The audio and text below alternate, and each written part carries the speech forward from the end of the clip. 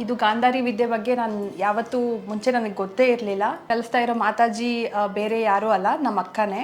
Fine 1 weak ಅಂತ trial ನೋಡೋಣ ಅಂತಂದ್ಬಿಟ್ಟು ಕಲಿಸ್ದೆ.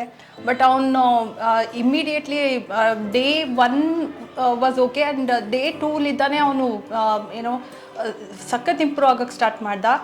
ನನಗೆ ವಂಡರ್ ಅನ್ನಿಸ್ತು, ಇದೇನಿದು ನಿಜಾನ, I didn't believe it. But ಏನೋ ಅವ್ನು ಇಂಪ್ರೂವ್ ಆಗ್ತಾ ಇರೋದು ನಾನು ಬಂದು ನೋಡಿದೆ, ನಿಜಾನ ಅಂತಂದ್ಬಿಟ್ಟು ನಾನು ಕೂತ್ಕೊಂಡು ಅದನ್ನೆಲ್ಲ ನೋಡಿದಾಗ ಅವ್ನ ಕಣ್ಣಿಗೆ ಬಟ್ಟೆ ಕಟ್ಕೊಂಡು ಏನೋ ಬಾಲ್ಸ್ ಕಲರ್ಸ್ ಎಲ್ಲ ಐಡೆಂಟಿಫೈ ಮಾಡೋದು, ಆಮೇಲೆ ಬುಕ್ ಕೊಟ್ಟರೆ ಕಲರಿಂಗ್ ಬುಕ್ ಕೊಟ್ಟಾಗ ಕಲರಿಂಗ್ ವಿತೌಟ್ ಸೀಯಿಂಗ್ ಏನೋ ಅದನ್ನೆಲ್ಲ ಪಿಕ್ಚರ್ಸ್ ಎಲ್ಲ ಕರೆಕ್ಟಾಗಿ ಆ್ಯಕ್ಯುರೇಟ್ ಕಲರಿಂಗ್ ಮಾಡೋಕ್ಕೆ ಸ್ಟಾರ್ಟ್ ಮಾಡ್ದ.